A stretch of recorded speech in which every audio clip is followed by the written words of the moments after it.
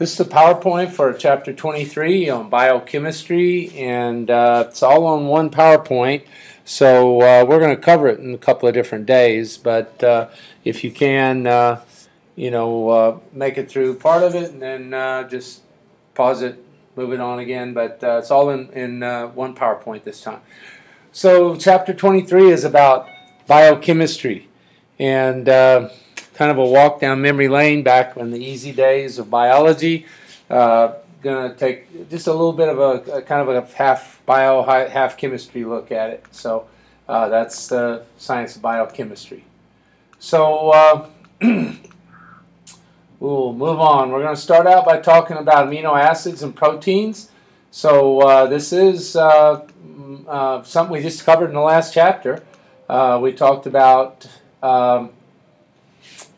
polymers, and a protein is a polymer. So definitely need to know the structure of an amino acid. Left side's amino, right side's acid, or vice versa. Three-dimensionally, it doesn't matter whether you're on the left or the right. And make sure that you can draw an amino acid from scratch and label the parts. Peptides are any combination of amino acids. You get two or more of them together. You get dipeptide, tripeptide, and then polypeptide when you have many of them. And when you get to about 50 or so amino acids, that is when we call it a protein. Proteins are formed by a combination of the OH from the carboxylic acid and the H from the amino. The OH and H combine and go away as water, and what's left comes together. We call that a condensation polymer when part of the molecule leaves before they come together. If you look on page 816, you'll see that the shape of a protein determines its function. Just like the shape of a key is very specific, and this key will open a door, and it's not going to open every door because it doesn't have the right shape. Any small change in the shape, and it doesn't do its job. It may do a new job, but that's real haphazard. And generally when a mutation occurs and a protein changes, a lot of times it doesn't matter, and it won't hurt the cell, but it definitely doesn't do what it wants it to. Sometimes it does something amazing and better, and then that organism is better suited to survive. Maybe faster, fly, or do something that makes it better suited to fly. Then it passes its genes on, and that trait is in the gene pool. If it's something that makes it worse, well, then sorry, so sad. It may not make the gene pool and be extinct. Biological catalysts are called enzymes, and again, very shape specific. The shape's important to those. So we're going to move on and talk about carbohydrates, and just like we did with proteins, we talked about the monomer first, which was the amino acid. Here the monomer is monosaccharide. Monosaccharides chain together, much like what we just talked about with condensation reactions, to form carbohydrates. Carbohydrate is from carbon, hydrogen, and the ATE means it has oxygen also. Disaccharides are two monosaccharides together. Polysaccharides are many monosaccharides together. Table sugar, which is called sucrose, is actually a disaccharide. So there are two polysaccharides I'm going to make sure that you understand and know a little bit more about. That would be cellulose and starch. Cellulose is not digestible by animals. There are a few bacteria and some protozoans that have learned to dissolve cellulose, but it's one of those things that's kind of a battle. Like in World War I, we developed airplanes. We're able to drop bombs on people, and that was a big plus. And then they developed the weapons that shot flak up in the air and blew up and caused the airplanes to be a little easier to hit. And they also developed radar that could see airplanes coming. And then we developed stealth planes that you couldn't see with radar. So it's a back and forth battle. the same thing. You know, plants are made of cellulose, and then the things that eat plants finally developed a way to digest the cellulose. We can't, but there are bacteria and there's protozoans that can.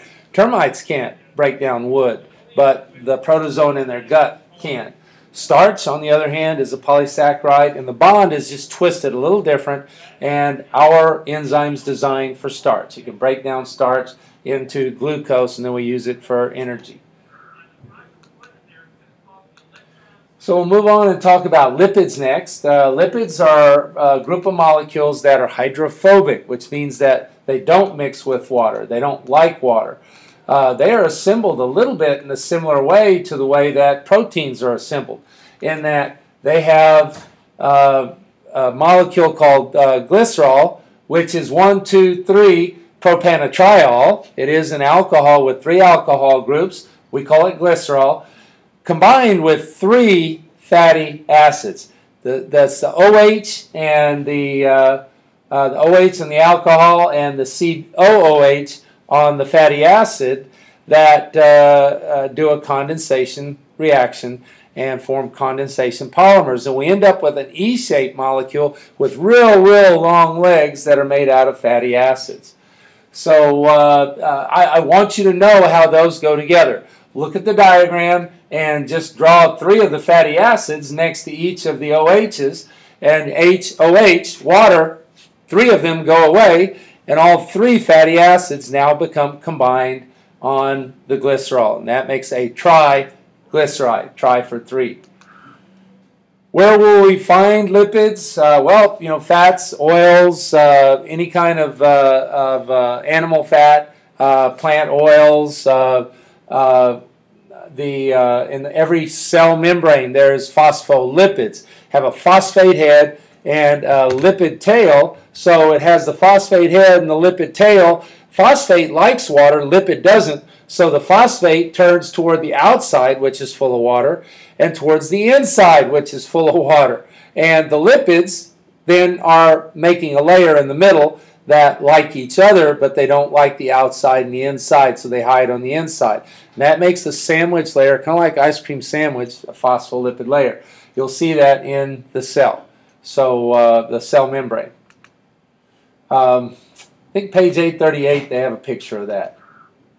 So we're going to move on and talk about steroids. A little different than triglycerides. Steroids always have this 4-ring part of a molecule that has 17 carbons, and 17 carbons have groups that are attached that make each of the steroids different. Hormones that are in our body and in plants, they are steroids. They make metabolic reactions happen.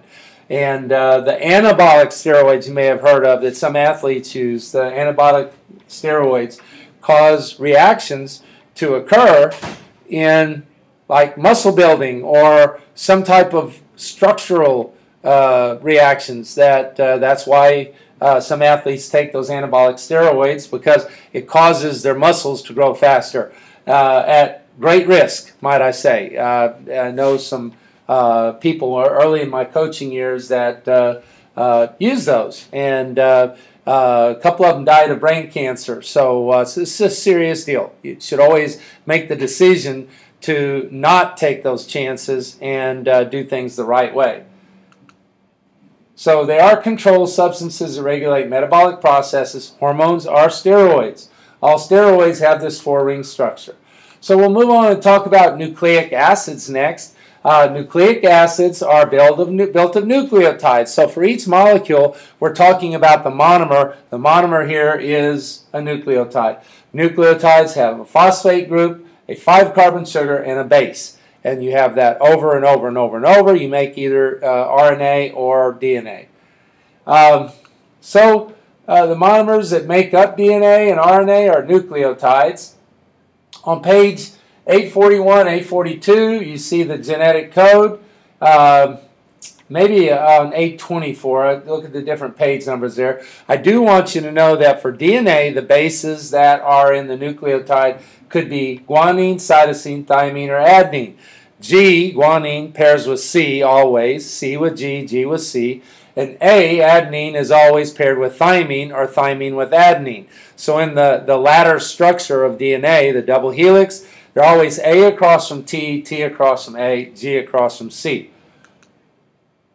So for the message that's carried with DNA, these are three-letter codons that code for amino acids. And there's a chart in your book, and we'll look at it on the next screen, that tells you what each three-letter code stands for as far as amino acid. For RNA, now I want you to know some differences between RNA and DNA, 3 or 4 differences. RNA has ribonucleic acid, and it has ribose for the sugar. Deoxyribonucleic acid has deoxyribose for the sugar. DNA is double helix, 2 strands. RNA is generally 1 strand. There are a lot of types of RNA. Main types that we'll deal with are messenger RNA and transfer RNA, tRNA. RNA has no thymine. It has uracil instead. So across from A in DNA, you'll find an RNA U. And across from an A in RNA, you'll see a T in DNA. Okay, so the DNA has the T. RNA, instead of T, it has a U. Other than that, the pairings are similar. A to U, G to C. So here's the genetic code, and you should look over this chart and make sure that you can cipher through it. If I gave you one, ask you to tell me what a chain of DNA codons stood for, which amino acids, should be able to look at that. First codon means this is all T's in the first slot. These are all C's in the first slot. These are all A's in the first slot. These are all G's in the first slot. Second slot, these are all T's. So T, T, C, T, A, T, and G, T. So look over this pattern so you know how to read it. Third letter is always T, C, A, G, T, C, A, G, T, C, A, G. So you see the patterns here. Notice that we have TAA, TAG, and TGA are stop codes. Those codons code for nothing. So as the amino acids go through and they're sticking together to make proteins, the one that codes for nothing cuts the chain loose because there's nothing there and it just floats on off. Look over that chart. If I gave you one, you should be able to read it. I also want you on the free response part of your test, I'm going to ask you, show me the process of protein production, label the parts and the locations. Well, here's the nucleus, here's the chromosomes, DNA, and the transcription happens here. Trans with a C, alphabetically first, and then translation, trans with an L, alphabetically second, is the next process. Once the messenger RNA is written by transcription, it leaves the pores, goes out to the ribosome, that's where protein production takes place, and proteins produced. The tRNA brings in the appropriate amino acid and matches it with the code, and then goes to the ribosome and chains its amino acid on, and then the tRNA leaves and goes to do its job again. And it keeps bringing the same amino acid for that particular tRNA. At the end, you have a protein that's coded in the proper order as the mRNA, which came from the code of the DNA. Gene mutations, there's not a lot in the book about this, but we are going to talk a little bit about it. Mutations occur. Something happens like you get out in the sun, ultraviolet radiation hits your skin, our DNA code is damaged, our body fixes it. DNA code damaged, body fixes it. It's damaged enough, chances are eventually it will not be fixed correctly. If the code is not fixed correctly, probably not going to be a big deal, but eventually, if you get enough damages that aren't fixed, something happens, some of the cells go rogue, and that's when you have cancers form or other ailments or illnesses. So we see here we're taking the H out of this message, and I made an English 3-letter word message so you understand what's going on.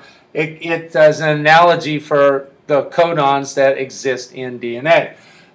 See the red fox ran. Take the H out and we get C, ter, edif, oxer, and totally different message. So that totally different message gives us the code it's totally different. It doesn't make sense. And this is called a frame shift mutation caused by a deletion, a point deletion. So we're going to talk a little bit about gene engineering. And the gene engineering would be where we're going to have a lab that'll do some gene engineering, where we will we'll take, say, a bacterial plasmid, and we'll use something we call a restriction enzyme. It is an enzyme that we steal from bacteria that their job is to snip DNA at a certain location. And when we snip it at the same location every time, that causes the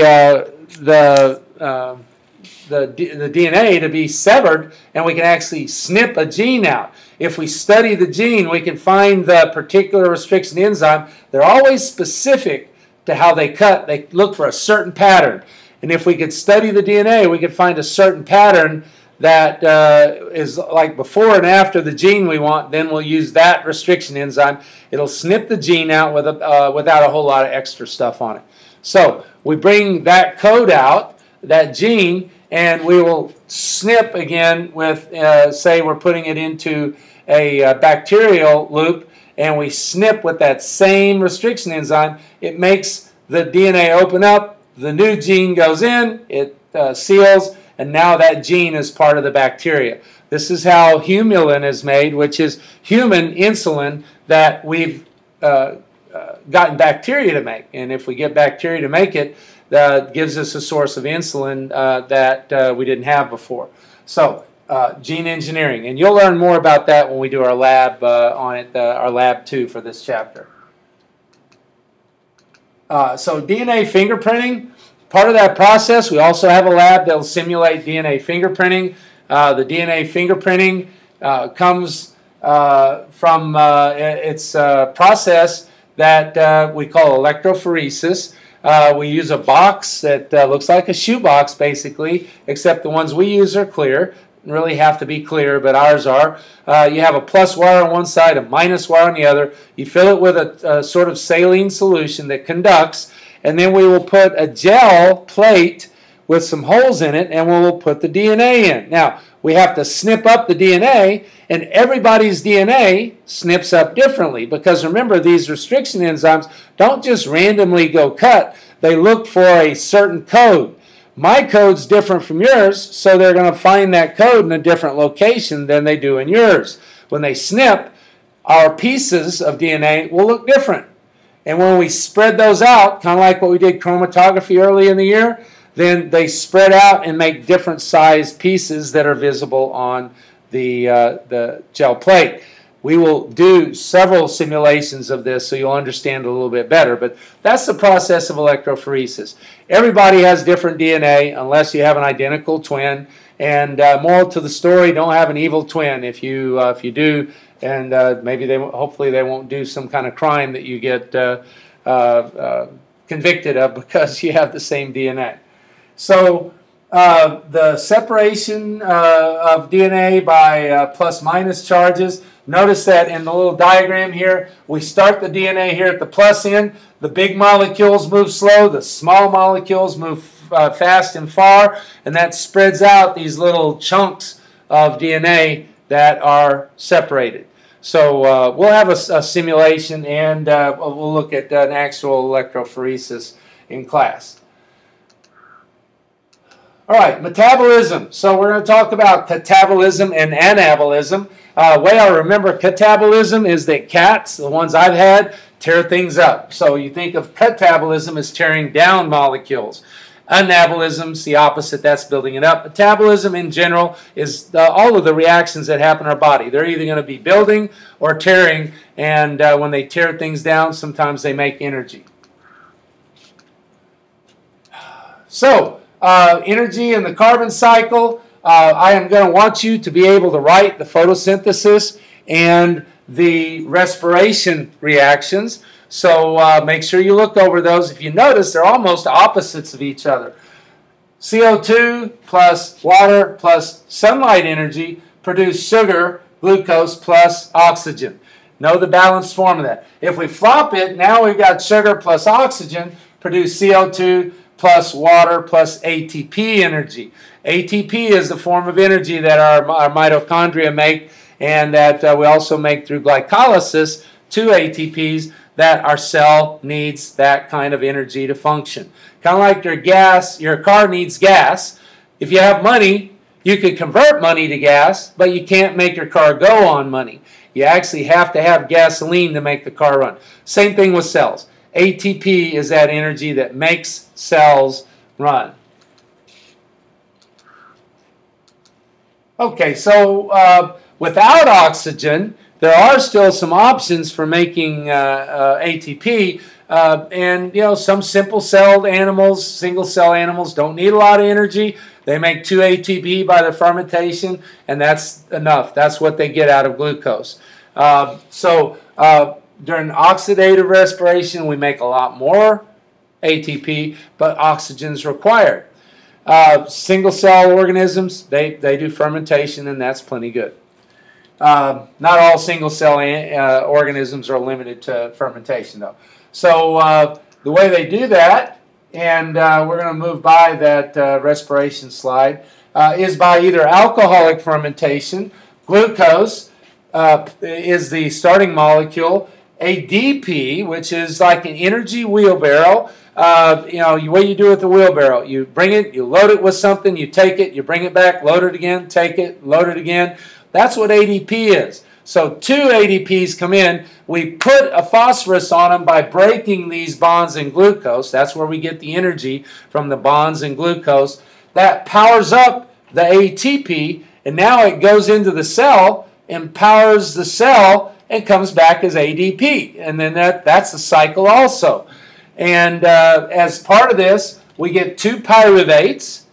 The 2 pyruvates are broken down further. We get CO2 as a gas. If you're a cook, this is why you use yeast to make bread rise.